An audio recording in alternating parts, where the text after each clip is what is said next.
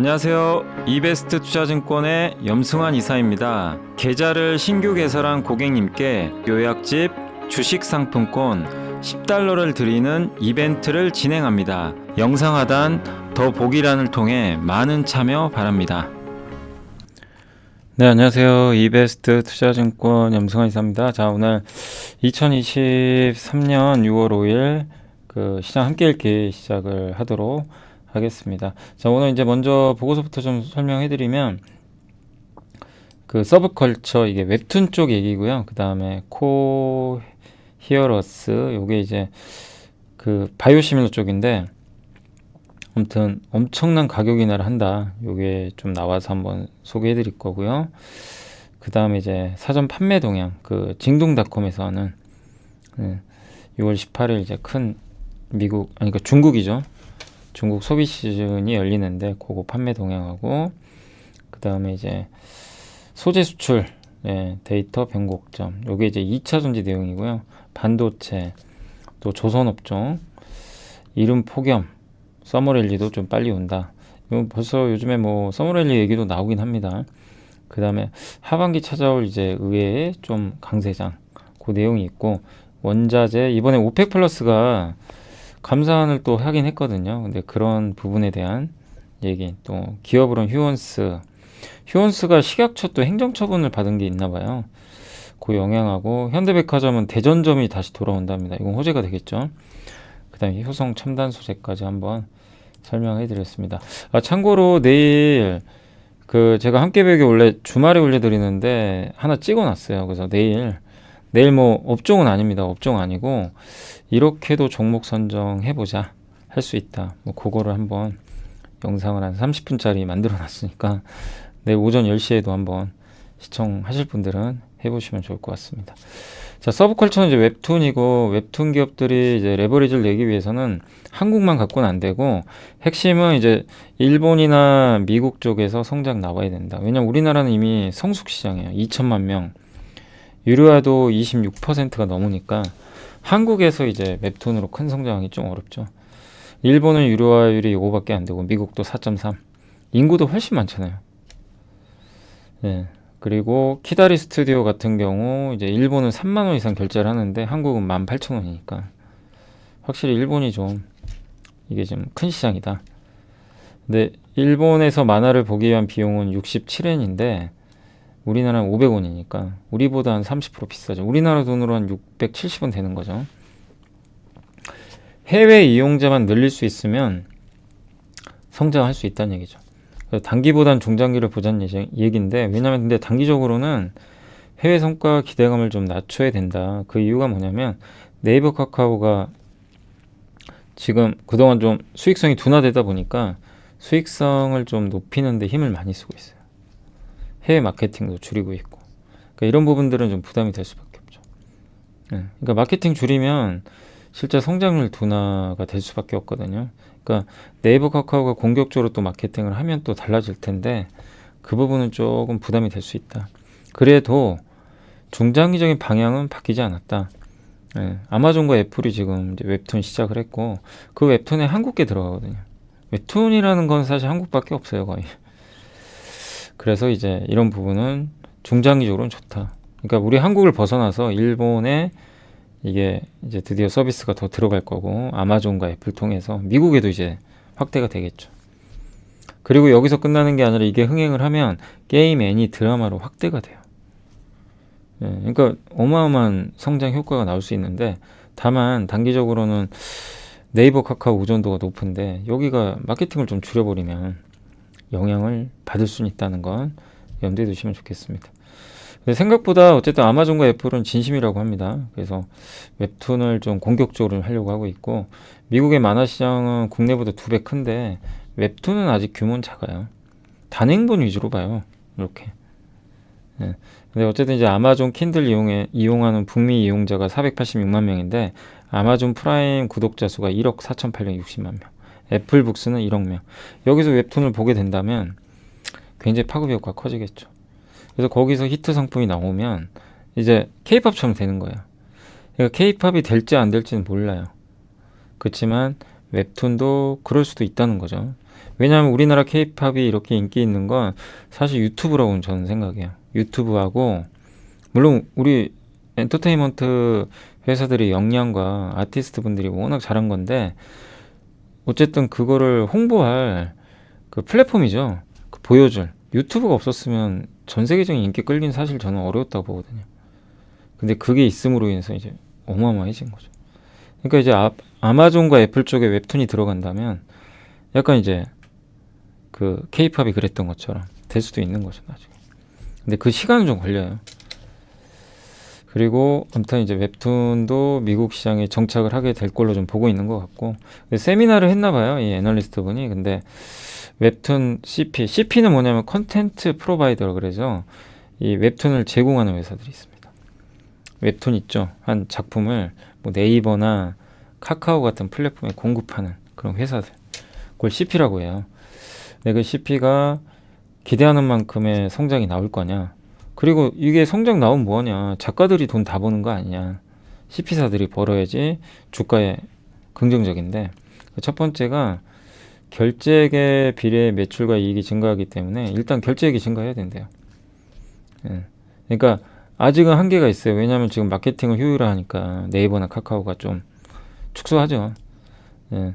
그러니까 가장 좋은 거는 네이버 카카오 마케팅 늘릴 때. 그러니까 나중에 혹시라도 네이버 카카오 이제 마케팅 늘리겠다. 이러면 이제 좋을 수 있다는 거죠. 그리고 북미 시장이 열릴 때 이 두 가지예요. 네이버 카카오가 좀 마케팅을 이제 좀 예전보다 공격적으로 하겠다. 그리고 북미 시장이 열린다. 예. 그럼 이제 모멘텀이 된다는 얘기입니다. 그리고 만화 IP는 이걸 타 장르로 확대시킬 수 있으니까 좋죠. 예. 흥행만 한다면. 예. 그러니까 애니메이션 드라마는 제작비를 투자해 흥행 수익을 받는데 어쨌든 흥행에 성공만 한다면 웹툰 대비 더 높은 매출은 나옵니다. 그리고 2차 시장이 더 커요. 뭐 애니메이션, 굿즈, 단행본. 그리고 웹툰 CP 미디어 엔터 산업 간 비즈니스 모델 비교인데, 웹툰 이제 콘텐츠를 제공하는 회사의 사업 모델은 드라마 제작사와 엔터사 그 중간에 있대요. 그래서 그 중간에서 크리에이터 역량이 굉장히 중요하다. 그러니까 작가가 중요하다는 거예요. 결국 작가가 작품을 만드는 거잖아요. 그러니까 이제 작가한테 이게 다 돌아가는 거 아니냐. 당연하죠. 인기가 있으면 작가가 더 가져가는 거니까. 그죠? 근데 그런데도 불구하고 그런 이유가 있더라도 웹툰은 아직 성장 초기래요. 이제 성장 초기인데 글로벌로 보면 이 성장할 수 있는 룸이 많기 때문에 너무 그걸 무리할 필요는 없다.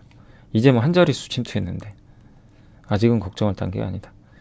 이렇게 보고 있는 것 같고, 그리고 어쨌든 수익의 50에서 90%를 뭐 작가에게 지급하면 당연히 그거는 뭐 CP가 가져갈 물량이 좀 적어지지만, 근데 그게 흥행을 해서 설사 작가가 가져가더라도 나머지 부수적인 부분이 있죠. 뭐 이걸 통해서 단행본 만들고 또 애니메이션 만들고 굿즈 만들고 영화 만들고 이걸 통한 부가가치 판권도 들어오니까 그래서 좀 괜찮지 않을까라고 좀 보고 있는 것 같습니다. 그 이해관계자가 그렇게 많지는 않고요. 작가, 배우, 제작사, 투자사 이렇게 이제 드라마 쪽은 이렇게 돼 있는데 여기는 작가와 CP사 여기니까 좀 단순하다. 그리고 스튜디오 모델이 있어요. 뭐냐면 작가가 중간에 그러니까 작가를 아예 여기 CP 있죠. CP가 작가를 키워요. 그냥 야 너 우리 소속해. 키워줄게 이런 느낌이죠. 그러니까 작가가 독립된 게 아니라 자기 회사 소속이 되면 그러면 이제 이거 엔터사 모델이죠. 엔터는 BTS가 하이브를 벗어나진 않잖아요. 야, 나 BTS가 갑자기 우리끼리 할래 이게 아니잖아요. 그래서 많은 거를 이제 하이브랑 나눠 갖는 거죠. 공유하는 건데 그 모델이에요. 이거. 그러니까 스튜디오 모델은 약간 엔터사 모델이죠. 작가가 여기 CP사에 속해 있는 겁니다.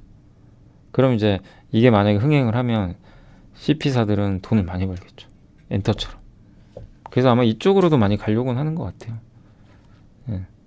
근데 어쨌든 이제 스타 작가들이 굳이 계약하겠냐. 그래도 신인 중견 작가는 안정성이 더 중요하니까 이렇게 계약을 맺고 할 수도 있죠.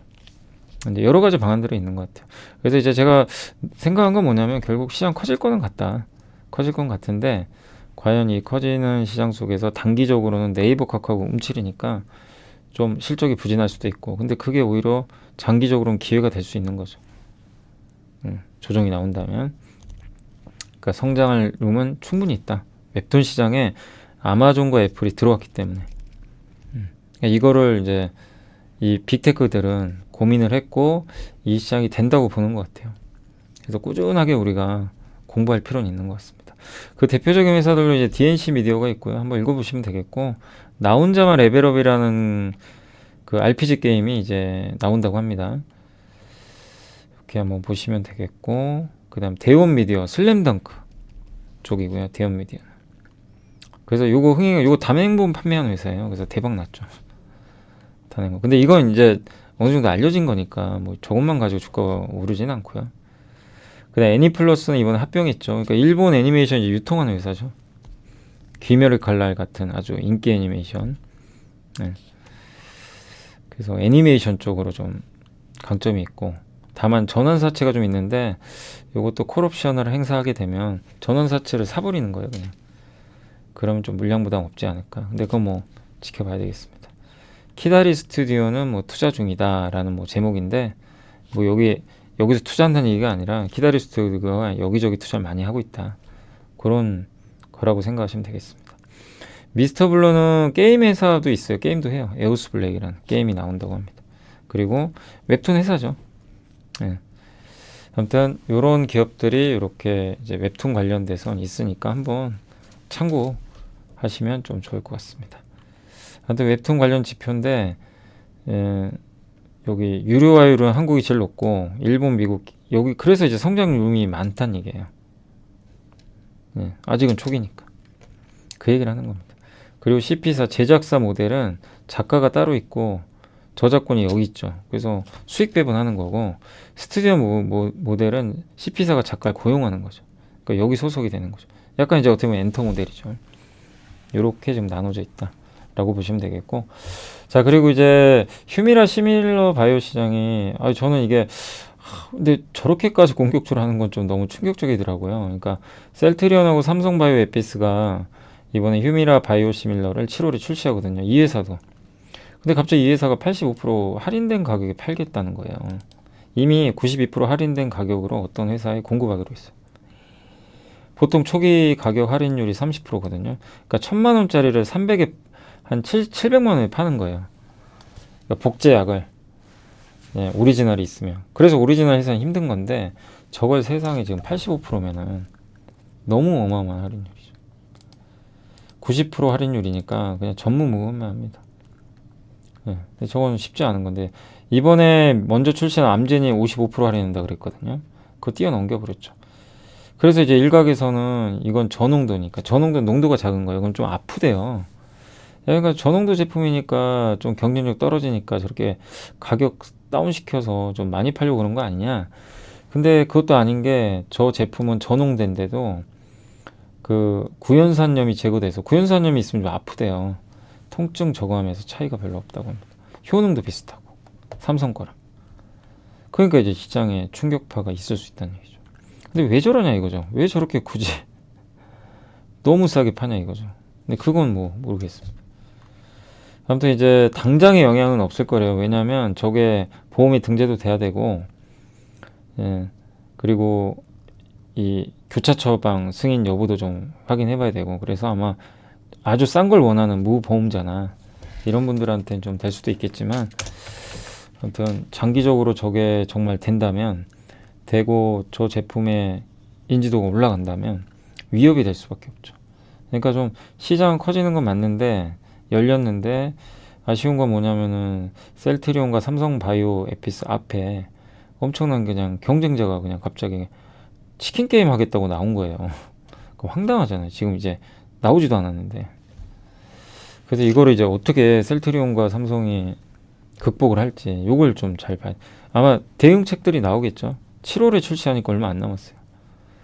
그래서 좀 잘 대응해서, 아무튼 뭐 정말 블록버스터 제품 나왔으니까 점유율을 좀 늘려갔으면 하는 바람인데, 복병이 하나 생겼다라고 좀 보시면 되겠습니다.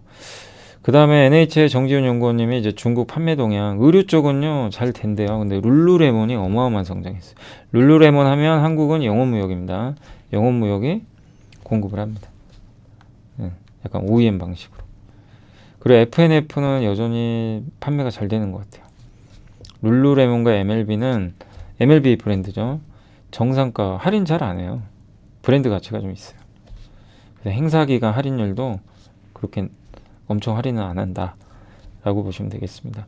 화장품은 그 너머를 보자. 뭐냐면 화장품은 프로웨라는 이제 중국 회사가 지금 잘 나간대요.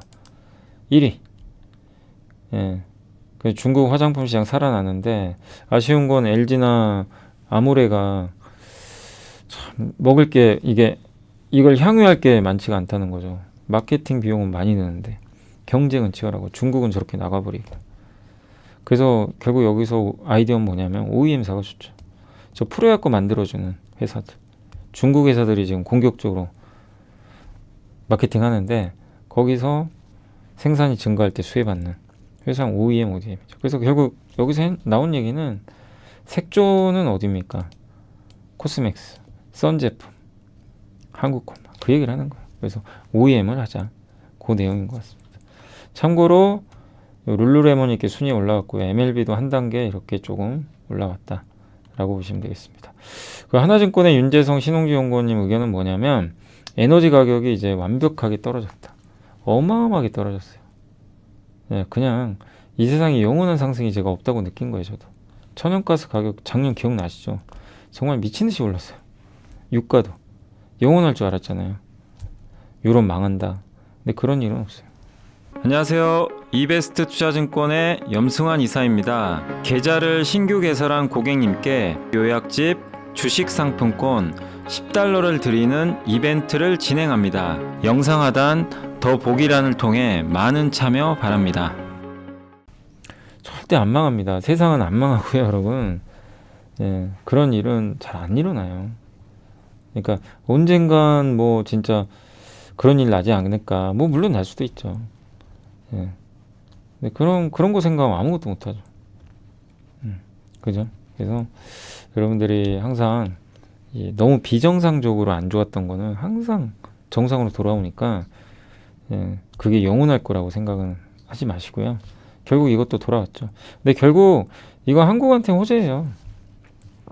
저렇게 천연가스나 원유가 어쨌든 공급이 늘고 그 다음 중국이 이란산 원유 수입하고 오펙에서 수입 안 해요 많이. 인도는 러시아에서 공급은 그대로 늘어버린 거죠. 그러니까 다시 지금 유가나 천연가스가 당장 오르기는 좀 어려운 거죠. 결국 뭐냐, 여기 핵심은 뭐냐면요, 한번 뭐 읽어보시면 되겠지만 석유화학 기업들 괜찮아진다. 90%에 육박하니까 석유화학 기업들이 저렇게 원재료 비용이 떨어지니까 가동률을 올려요. 그래서 마진에 긍정적이고, 그래서 오늘 물론 꼭 이것 때문에 오른 건 아닌데 석유화학 기업들 주가가 오늘 뭐 중국의 경기 부양 기대, 부동산 루머가 좀 있는 것 같아요. 그래서 급등을 했죠. 그러니까 결국에 이제 그런 부분들이 우호적으로 여기 원재료 비용까지 떨어지면서 중국 경기 회복 기대감 이게 딱 붙으니까 석유화학이 그냥 쫙 올라간 거죠. 그러니까 그런 의미로 생각하시면 되겠습니다. 근데 여전히 윤재성 연구원님은 조금 태양광은 굉장히 보수적으로 보시더라고요. 이분 의견이 좀 바뀌면 또 태양광 좋아질 것 같긴 한데 베스트 애널리스트잖아요. 그러다 보니까 영향을 좀 주죠. 근데 어쨌든 태양광은 아직은 좀 경계하자는 그런 시각이니까 뭐 이 부분 얘기가 맞다 안 맞다 이거보다도 그런 아직은 좀 관점을 갖고 있으니까 참고하시면 되겠고, 하나증권의 김현수 위경재 연구원님은 이제 그 2차전지 소재 수출 데이터, 소재 수출 데이터는 좀 성장이 둔화된 건 맞아요. 지금 5월달에 NCM 배터리 수출 관련 경우 양극재는 100% 이상 성장했었죠. 근데 5월에는 많이 줄었어요. 27로. 그러니까 100% 이상 보이다가 27%면 성장이 확 준 거죠. NCA 이게 보통 전동 공구에 들어가는데 여기는 역성장. 그러니까 이제 양극재 쪽은 데이터만 보면 좋은 건 아닙니다. 수출 판가도 감소했고. 그러니까 요새 아시겠지만 양극재 회사 주가 좀 지지부진하죠. 그게 괜히 그런 건 아니고요. 많이 올랐는데 데이터가 좀 요새 안 좋아요. 다시 데이터 좋아지면 또 올라가겠죠. 그러니까 괜히 뭐 주가가 부진하다 이게 아닙니다. 데이터를 보고 판단하시면 되고요. 그 다음에 이제 2차전지 하반기 전망 자료에서 이분이 언급한 것처럼 포스코 퓨처임이나 LNF 같은 기업들의 주가 상승이 더 크다. 뭐 이렇게 적으셨는데 이거 뭐 그냥 참고하시면 되겠고, 다만 이제 데이터 중에서 전해액 원재료 요게 수출 물량이 크게 늘어났대요. 전해액 관련주들이나 이런 쪽 전해질 한번 급락한 적이 있는데 이게 살아나는 거죠. LIPF6 만드는 회사가 어디죠? 후성. 그죠? 후성 주가 박살났잖아요, 한번. 근데 한 달간 70% 올랐대. 그럼 전해질 만드는 회사도 좋아지겠죠. 한국의 대표적인 전해질 회사 중에 가장 경쟁력 있는 기업은 어디죠? 첨보죠, 첨보. 그 첨보는 요런 데이터를 보면 이제 좋아질 수 있는 거죠. 그죠? 그동안 안 좋았지. 어떤 이유인지 아시겠죠? 내용은. 데이터를 보고 이렇게 생각하시면 좋을 것 같습니다. 반도체는 김영건 연구원님이 이제 글로벌 리딩, 글로벌 시장을 선도하는 PC나 서버 제조사가 하반기 회복에 대해서 언급을 했대요. 예. 물론 아직은 가격은 떨어지지만 하락폭은 점점 둔화되고 있고 수출액도 좀 조금씩 바닥에서 돌리려고 하고 있는 것 같습니다. 그래서 IDM 종합 반도체에서 삼성 하이닉스를 계속 좀 비중을 늘려야 된다. 그 얘기고, 델 컴퓨터가 하반기 회복 방향성 제시했고 HP 다 컴퓨터 회사들인데 하반기에 더 좋다. 예. 그리고 수출액도 바닥 찍었다. 예. 그리고 공급사들의 양산이 지연되면서 가격 하락 의지가 좀 축소되고 있다. 예. DDR4 가격이 생산 원가 뭐냐면은 만들수록 그냥 손해보는 거죠. 근데 굳이 그거 안 만들죠. 그러니까 공급은 줄어들 거고, DDR5는 이제 이쪽으로 넘어가겠죠. 그래서 수익성도 좋아진다라는 그런 약간 디램 쪽에 긍정적인 의견이니까 참고하시면 되겠고, 오늘 조선주 좋았죠. 예, 조선주 참 고생하셨고, 정말 예, 갈 때 그냥 순식간에 갑니다. 그죠? 왜 투자가 어려운지 아시겠죠? 왜 남이 안 좋다고 하고, 물론 남이 안 좋다고 해서 무조건 사는 건 아니에요. 앞으로 좋아질 거 사야죠. 앞으로 좋아진다고 내가 공부해놓고 했는데 주가 안 갈 때 투자하는 거예요. 예, 비아냥 거리든 말든 예, 전혀 신경 쓸 필요 없어요. 투자는 어차피 혼자 하는 거예요. 근데 그럴 때 투자하시는 분들 지금 기분 좋잖아요. 그죠? 근데 이제 조선주 또 한 가지 체크할 게, 이게 삼성의 한용수 이관연구원님이 요새 벌크선 있죠. 원자재 실어나는 이게 그 운임 지수가 너무 많이 빠졌어요. 지난주에 22%, 연초 대비 40% 가까이. 근데 이게 전 세계 선대의 43%나 되는 엄청나게 중요한 선대인데 한국은 안 만들어요. 우리나라 조선사들은 벌크선 거의 안 만듭니다.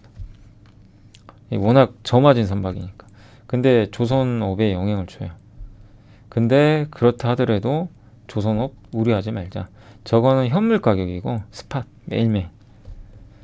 오히려 장기로 용선하는 거 있죠. 그러니까 지금 36% 매일매일 변하는 건 36%가 빠졌는데 1년 동안 빌리게 해요. 1년 계약 맺어요. 나 1년 동안 용선료 이거 지불할게. 그건 10%밖에 안 빠졌고, 3년이나 5년 계약한 거 있죠. 운임.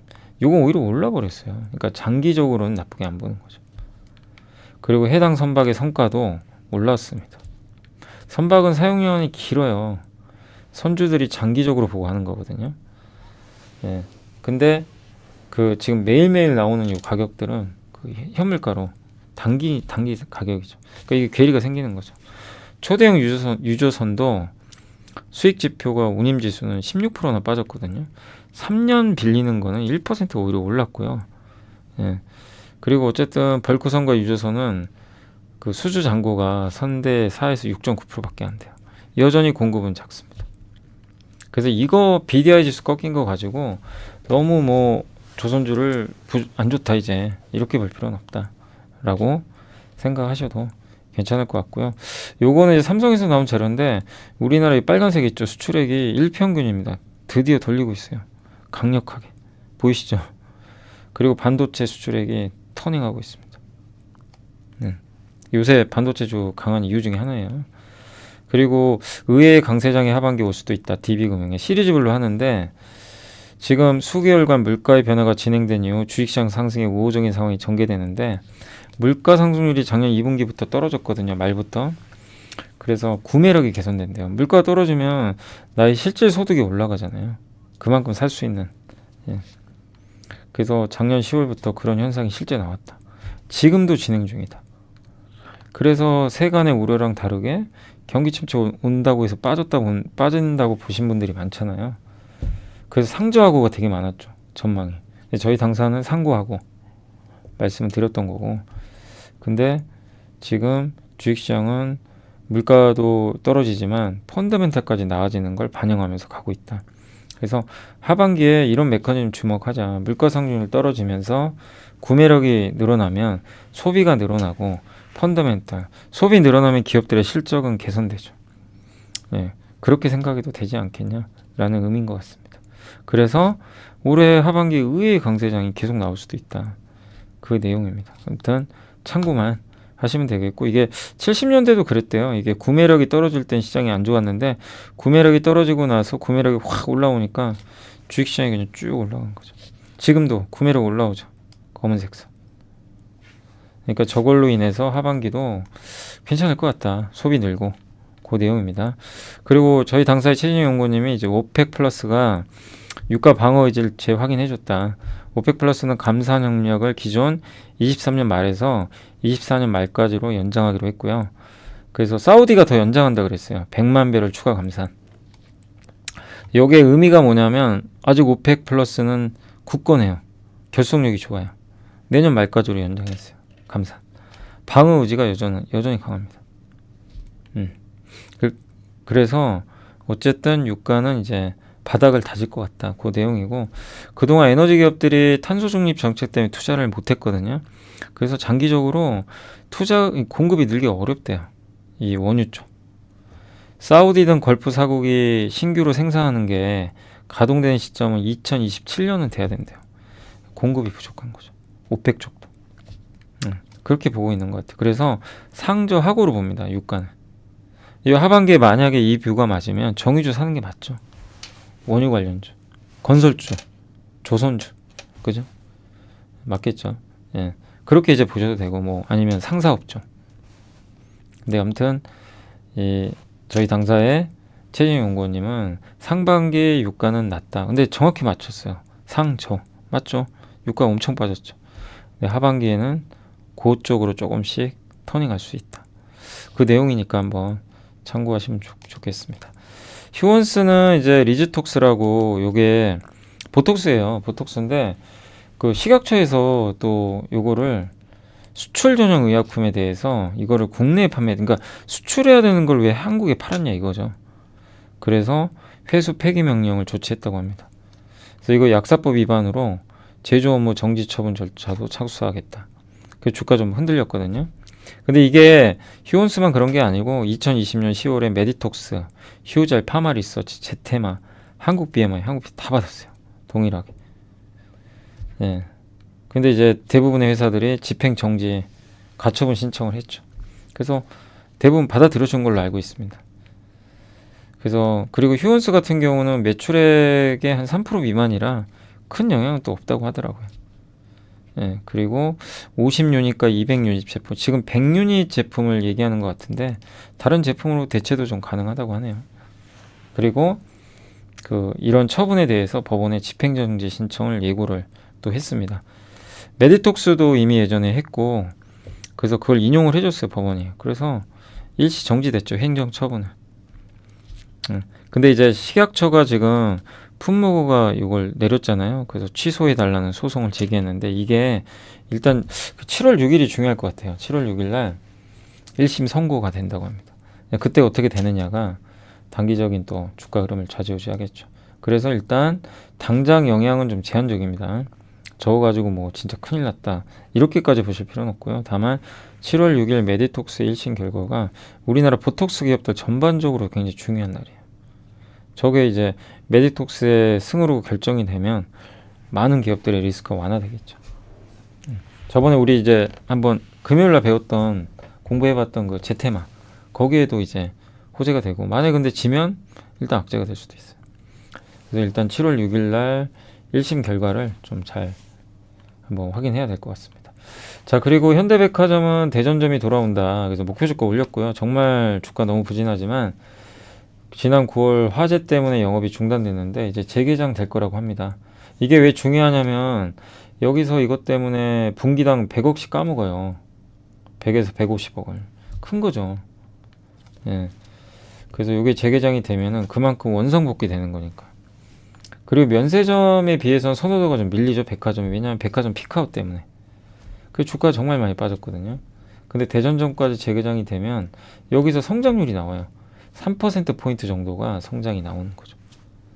그래서 하반기 백화점 반등이 가장 확실한 백화점 사업자다. 그동안에 이제 악재가 호재로 바뀔 수 있다는 거죠. 그리고 더현대 서울 여기에 외국인들 많죠. 무역점 이런 데 많이들 와요. 그래서 외국인 매출 비중도 커지고 있다. 거기다 밸류도 이렇게 낮으니까 이제 괜찮지 않을까라는 그런 의견이라고 보시면 좋겠고, 효성 첨단 소재는 이제 하이투자증권의 전유진 연구원님이 목표 주가 64만 원 유지를 했고요. 저는 개인적으로 아무튼 중장기적으로는 석유화학 있죠. 석유화학에선 가장 저도 긍정적으로 보는 기업 중에 하나인 게 왜 그러냐면 탄소섬유 때문에 그래요. 롯데케미칼 있고 대한유화 있고 금호석유 있고 많이 있죠. 석유화학이. 그 기업들도 좋아하시겠죠. 이제 최악은 지났잖아요. 다만 중장기적으로는 효첨은 효성 첨단 소재는 타이어 코드는 뭐 엄청 고성장하는 건 아니에요. 그게 이제 본업인데 여기에 탄소섬유가 붙는데 탄소섬유는 이제 성장하거든요. 증설도 더하고 증설 시기도 당겼고, 예, 거기다 복합 소재니까 뭐 여러 군데 들어가. 수소 연료전지, 우주 산업 쓰임새가 많거든요. 저거 만드는 업체도 제한적이고. 그래서 이 효성 첨단 소재는 중장기로 괜찮은 거죠. 예. 그러니까 트레이딩보다는 좀 중장기 투자도 나쁘진 않은 것 같아요. 아무튼 원재료도 좀 떨어지고 있고, 예, 이게 좀 컸던 것 같아요. 그러니까 저도 아직은 좀 시간 걸리지 않을까 싶었는데 그때 40만 원 깨질 때 괜찮다고 말씀드렸던 게, 그때는 주가 비싼 것도 아니지만 생산 설비 구축 시기로 앞당겼어요. 그만큼 수요가 많다는 얘기거든요. 예. 그래서 추가 증설할 것 같고, 우주 방산용 정부가 내년에 이 T천 탄소섬유 이 우주 방산용이 들어가거든요. 요거 이제 25년도에 아마 양산할 걸로 보는 것 같아요. 그래서 이익 기여도도 추가 상향할 것 같고, 다만 한 가지 아쉬운 게 교체용 타이어가 아직은 안 좋습니다. 교체용 타이어가 수요가 다 꺾였어요. 요거 늘어나면 돼요. 그러니까 그거 늘어나면 주가는 더 탄력받을 거예요. 그래서 조금 지금 40만 원 이하는 항상 기회였는데 좀 요새 상승했지만 조정 나올 때 좀 관심을 가져보시면 좋겠고, 어쨌든 교체용 타이어만 살아난다. 그러면 더 좋은 흐름 보일 수 있다라고 생각하시면 되겠습니다. 자, 그래서 오늘 이제 요 정도까지 한번 그 말씀을 드리고 싶고, 그 다음에 그 제가 6월 2일 날 나왔던 그 내부자 매수 중에서는 이 빨간색은 거 아무것도 아닙니다. 아니고 그 녹십자하고 SM 있거든요. 녹십자하고 SM이 들어왔으니까 한번 참고. SM도 그 김태희 사회이사가 좀 사는 것 같더라고요. 저번에도 샀고, 그죠? 전자공시는 여기 보니까 삼성중공업 금요일 거예요. 원유 운반선. 세부 MNC는 그 한양 ENG랑 경쟁사인데 우리 공부해봤죠? 디스플레이 쪽입니다, 여기는. 그리고 SK 아이테크놀로지 기억나시죠? 2차 전지용 분리막 장기 공급 계약 맺었어요. ICD는 디스플레이 제조 장비. 삼성 디스플레이 무려 42% 비중. 엄청난 거죠. 그거 수주가 좀 나왔다고 하니까 이런 수주 공시들도 참고하시면, 요건 참고만 해주세요. 네, 그렇게 말씀을 일단 드리도록 하겠습니다. 자, 오늘 이제 그리고 시황 정리하고 마무리하도록 하겠습니다. 자, 오늘 일단 종합주가지수는 오늘도 일단 올라서 2615에 끝이 났고 계속 연중 최고가입니다. 꾸준. 오늘은 그리고 일단 기관이 많이 샀어요. 4천억. 기관의 날이었고 개인하고 외국인은 좀 팔았습니다. 개인 투자분들은 오늘도 대량 매도고요. 기관은 그동안 기관이 소극적이었는데 오늘은 공격적이었고, 다만 오늘 좀 달라진 게 외국인이 팔아버렸어요. 전기전자를. 약간 이제 외국인도 반도체를 조금 줄이는 모습이라 저렇게 되면 반도체 탄력은 좀 떨어질 수는 있습니다. 계속 팔면. 오늘 주인공은 누굽니까? 조선주. 현대미포가 81,900원까지 갔고 한국조선해양, 대우조선해양 뭐 다 급등했습니다. 10만 원 드디어 넘었어요. 한 주에. 그죠?